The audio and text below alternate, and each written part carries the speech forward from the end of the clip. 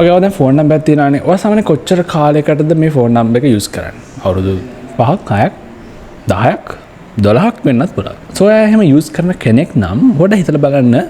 ඔයාට ඔයාගේ දැන් කරන්ට් සර්විස් ප්‍රොවයිඩර් ඉන්නවනේ. ඔයාට ඩයලොග් වෙන්න පුළුවන්, මොබිටෙල් වෙන්න පුළුවන්, හාච්චු වෙන්න පුළුවන්. right anything. ඔයාට ඒ සර්විස් ප්‍රොවයිඩර් එකෙන් හම්බෙන සර්විස් එක හරිය නැත්නම් ඔයා නම්බර් එක චේන්ජ් කරනකොට හිතන්නේ මොකද්ද? පාට හිතේ අවුලක් නැති වෙයි කියලා. බට් ඔයා කරන්නේ අලුත් සිම් එකක් ගන්නවා ඒ සර්විස් ප්‍රොවයිඩර් එකෙන්. ඒතර දැන් ඔයාගාව සිම් දෙකක් තියෙනවා. එකක් ඔයා අවුරුදු ගානක් තිස්සේ යූස් කරපු එක. ඔයා අකමැත්තෙන් වුණත් ඒක දැන් යූස් කරනවා. මොකද ඔයාගේ බැංක් account ලින්ක් වෙලා තියෙන්නේ ඒ ෆෝන් නම්බර් එකට. 2-factor authentication තියෙන්නේ ඒකට. ඔයාගේ බිස්නස් එකක් තියෙනවා නම් ඒකත් එක්ක යූස් කරන්න වැඩිපුර ඒකේ. ඔයාගේ යාළුවෝ ඔක්කොම ඉන්නේ නම්බර් එකත් එක්ක. ඒ නිසා තමයි මෙන්න මේ මොබයිල් නම්බර් පෝටබිලිටි කියන concept එක හැදුනේ. පාකිස්තාන, ඉන්දියාව වගේ රටවලුත් මේ සිස්ටම් එකට මාරු වෙලා දැන් ගොඩක් කල්. අපි 2026 වලත් තාමත් බලන් ඉන්නවා. හැබැයි ළඟදී ගවර්න්මන්ට් එක අනවුන්ස් කරා මේ සෙප්ටැම්බර් වල ඩෙඩ්ලයින් එකක් දුන්නා මේ ප්‍රශ්නෙට විසඳුමක් ගේන්න. හැබැයි ඇයි මෙච්චර කල් ගියේ? Hi guys, මම මිනුක්. ඔයගොල්ලෝ ඉන්නේ මේ මිනුක් ටෙක් channel එකත් එක්ක එකතු වෙලා මේ වීඩියෝ එක අන්තිමට බලන්න. subscribe කරලා නැත්නම් අනිවාර්යෙන් subscribe කරලා තියාගන්න. ඔයාලට අලුත් දේවල් ටෙක් සයන්ස් topic ගැන මේ ටෙක් unboxing ඒ වගේ දේවලුත් බලා ගන්න පුළුවන් වෙයි. හරි, අපි වීඩියෝ එකට යමු.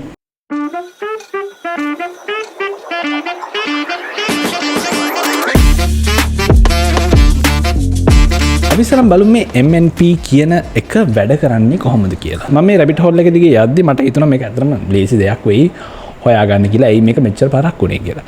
බට් යද්දි තමයි තේරුනේ මේක පොඩ්ඩක් complicated කියලා. මට හිතෙච්ච දේ තමයි සමහර විට ටෙලිකමියුනිකේෂන්ස් කම්පැනිස් කැමති නැතුව ඇති තමන්ගේ existing customers-ලා වෙන කට්ටියට ගාවට යනවට. නැත්තම් මේ ටෙක්නොලොජි එක ඇත්තටම ගොඩක් expensive වෙති අපේ country එකට. නැත්තම් ගවර්න්මන්ට් එකෙන් ඇත්තටම සාමාන්‍ය ගවර්න්මන්ට් එකේ දේවල් වගේ priority එක දුන්නේ නැතුව වෙන්නත් පුළුවන්. හැබැයි මේ timeline එක බැලුවොත් එහෙනම් මේ story එක පොඩ්ඩක් complicated වෙනවා. අපි මුලින්ම දැනගමු මේ mobile number portability කියන එකේ මොකද්ද වෙන්නේ කියලා. හිතන්න මගේ number එක 071123456 මේ මුල් digit ටිකෙන් තමයි අපේ identity එක තියාගත්තේ. ඒ කියන්නේ ඔයා note 7 number එකක් නම් අපි දන්නවා මොබිටෙල් සර්විස් ප්‍රොවයිඩර් කෙනෙක්ගෙන් යූස් කරනවා. note 77 number එකක් නම් ඔයා dialog. ඉතින් ඔය විදිහට තමයි මේක බෙදලා තිබ්බේ. එතකොට ඒ number එකට අදාළව තමයි ඒ සර්විස් ප්‍රොවයිඩර් ආගේ කෝල් එක යවන්නේ. so note 71 number එකකින් එනවා නම් මොබිටෙල් connections වලට තමයි ඒ කියන්නේ. note 77 number එකකින් එනවා නම් ඒක dialog connections වලට ගිහිල්ලා ඒ network එක through තමයි මේ කෝල් එක යන්නේ. එතකොට network එකට මේක නිකන් prefix එකක් වගේ. දැන් හිතන්න මම අර number එකම අරගෙන එකම number එක මං ගාව තියෙනවා note 77123447 කියන number එකම අරගෙන මම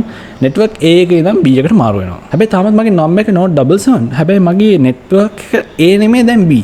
අන්න එතකොට තමයි අපේ සිස්ටම් එකේ ඔය ලොකු ප්‍රශ්නේ එන්නේ. නම්බර් එකෙන් කියන්නේ එකක් හැබැයි වෙන්නේ තව දෙයක්. අන්න ඒ ප්‍රොබ්ලම් එක තමයි නම්බර් පෝර්ටබිලිටි එකෙන් solve කරන්නේ. so කියන්නේ ඔයාට ඔයාගේ identity එක වගේ එක නම්බර් එකක් තියාගෙන ඔයාට switch වෙන්න පුළුවන් ඕනම service provider කෙනෙක් එක්ක. I mean ඒක නෙමෙයිද වෙන්න ඕනේ. ඒක නෙමෙයි වෙලා තියෙන්නේ but ඒක තමයි වෙන්න ඕනේ. ඉතින් ඇත්තට මේක මේ simple idea එකක් වගේ හිතුවට මේක මේ ඇත්තටම ලොකු ප්‍රශ්නයක් එනවා. ඒක තමයි operators ලාකට එයාලගේ core network system එක update කරන්න වෙනවා. අනිත් එක තමයි local number portability database එකක් ඕන වෙනවා. ඊට පස්සේ e-database එකක් ඒ විදිහට sync වෙලා තියෙන්න ඕනේ. ඊට පස්සේ තිබ්බ billing systems අලුත් routing එකට හරියට අප්ඩේට් වෙන්න ඕනේ. SMS systems අප්ඩේට් කරන්න වෙනවා. මේ වගේ ප්‍රශ්න ගොඩාක් එනවා. මොකද අපේ සිස්ටම් එක මුලින්දම මේකට හදපු නැති නිසා. ඒ කියන්නේ මේ මොබයිල් නම්බර් පෝර්ටබිලිටි එක කියන්නේ මේ ඔයාගේ සිම් එකට විතරක් ඇඩ් වෙන දෙයක් නෙමෙයි. මේක අපි මුළු ටෙලිකමියුනිකේෂන් ඉන්ෆ්‍රාස්ට්‍රක්චර් එකම චේන්ජ් කරන දෙයක්. මේක ඇත්තටම දැන් ටික කාලයකට කලින් 2020 දී මේකට මේ ප්‍රොජෙක්ට් එක රීඇක්ටිවේට් කරලා ඊට පස්සේ 2021 දී ආයි